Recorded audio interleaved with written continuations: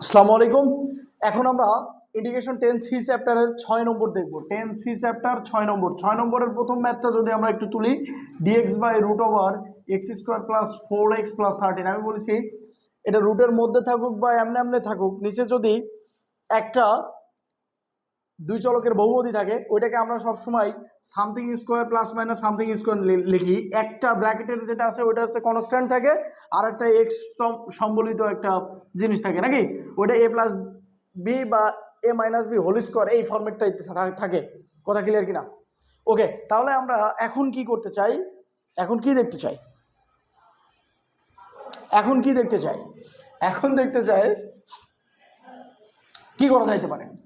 Integration dx by root over, এটাকে আমি একটু সূত্রে ভাঙি, এ স্কোয়ার প্লাস 2a বি বানাইতে হলে কত লাগে, 4x বানাইতে হলে 2 লাগে না, বি তাহলে বি স্কোয়ার, তাহলে আমার কত হলো 4 হইলো, কিন্তু আছে কত 13, তাহলে আরও লাগবে কত 9। তাহলে integration dx by root over x plus 2 whole square plus 3 square, দেখো তো মিলে গেছে কিনা। এই যে something whole square plus something whole square, এবং একটাই দেখো কনস্ট্যান্ট 3 আছে, আর একটাই দেখো a plus b whole square হিসেবে আছে না, x plus 2 whole square a plus b whole square by a minus b whole স্কোয়ারের সূত্র কিন্তু এখানে থাকে মেনলি, যখন যেটা লাগে আর কি, ওটা অঙ্কের প্রয়োজনে। মূলত আমার দেখানোর ব্যাপার হচ্ছে এটা, এই সূত্র আর এই সূত্রের সাথে একটু মিলে যাচ্ছে না। Integration dx by root over x square plus a square, root over x মানে এক্স প্লাস 2, এ মানে এইটা, তাহলে কি হবে এটা লন এক্স মানে তো এক্স না, এক্স মানে x plus 2 plus root over যা আছে তাই প্লাস সি, অর্থাৎ লন এক্স প্লাস যা আছে তাই। এখানেও লন এক্স মানে তো এক্স না, এক্স মানে হচ্ছে এক্স প্লাস 2 প্লাস যা আছে তাই রুটের মধ্যে যা আছে ওটা লিখে দিলে হয়ে গেল। এটাই হচ্ছে অ্যান্সার। আশা করছি তোমরা বুঝতে পেরেছো, এবং আশা করছি ভিডিওতে এটা এসেছে। এখন খেয়াল করি, আমি একটু মুছে দিব, আমি একটু মুছে দিতে চাই। এখন দেখো তো 2 নম্বরটা আমি কিভাবে করতে পারি। Integration dx by root over 2x plus x square, এটা পারবা না? একটু আগেই তো আমরা এই রিলেটেড ম্যাথগুলো করেছিলাম, জাস্ট রুট ছিল না আর কি। Dx by x square plus 2x, এটাকে যদি এইভাবে একটু ঘুরাই লিখি, ডিএক্স বাই নিচে কিন্তু আমার যে সূত্র বানাতে হবে এ স্কোয়ার প্লাস 2a, বির মান কত 2x, তো 2x হয়ে গেছে, তাহলে 1 স্কোয়ার। আসলে এখানে কনস্ট্যান্ট কিছুই ছিল না, তুমি 1 নিছো তাও আর বাড়তি প্লাস 1, তাহলে মাইনাস 1 করে দেও।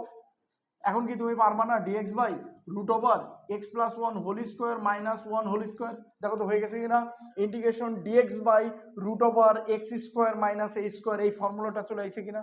এখানেও একই কথা, এক্স মানে তো এক্স না, লন অফ এক্স মানে তো এক্স না, কিন্তু লন অফ এক্স প্লাস, তাহলে এক্স মানে তো এক্স না, x plus 1 plus root over যা আছে তাই, রুটের মধ্যে যা আছে তাই প্লাস সি। আশা করছি তোমরা এটা বুঝতে পেরেছো।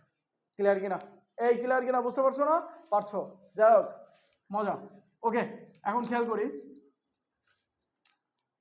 6 নম্বরের এই 3 নম্বর অঙ্কটা একটু যদি দেখি, তাহলে কি আসছে। ইন্টিগ্রেশন, দেখো এটা কিন্তু সরাসরি আমরা করতে পারবো না, তুমি দেখেই বুঝতেছো কিছু না কিছুকে তোমার জেড ধরতে হবে, না ধরলে তো পারবাই না। তাহলে জেড ধরতে হবে, কাকে জেড ধরতে হবে? আমরা জানি ডিএক্স এর সাথে যেটা গুণ অবস্থা থাকে ওটা ডিফারেন্সিয়েশনের মান হিসেবে থাকে। তো এখন ই টু দি পাওয়ার এক্স এর ডিফারেন্সিয়েশন করলে কি হয়, ই টু দি পাওয়ার এক্স হয়। তার মানে আমার নিচেরটাকে কি করতে হবে, একটুখানি সাজায় লিখতে হবে, উপরে যা আছে তাই, নিচে E to the power X whole square plus 1, এটা লেখা থাকে কিনা দেখো তো। পাওয়ারে গুণা এক্স ইন্টু 2 মানে 2x, ultimately E to the power X কে তুমি কি ধরবা এখন, পুট এটা সমান কি ধরবা, জেড। তাহলে E to the power X DX is equal to কত আসবে, ডিজেড আসবে। তাহলে এইটার সমান কত হয়ে গেছে, dz divided by root over e to the power x, অর্থাৎ জেড স্কয়ার প্লাস 1। দেখো তো উপরেরটার মতো হয়ে গেল না? এরপরে আমি আর করব না, এটা তোমাদের জন্য এইচডব্লিউ। ধন্যবাদ।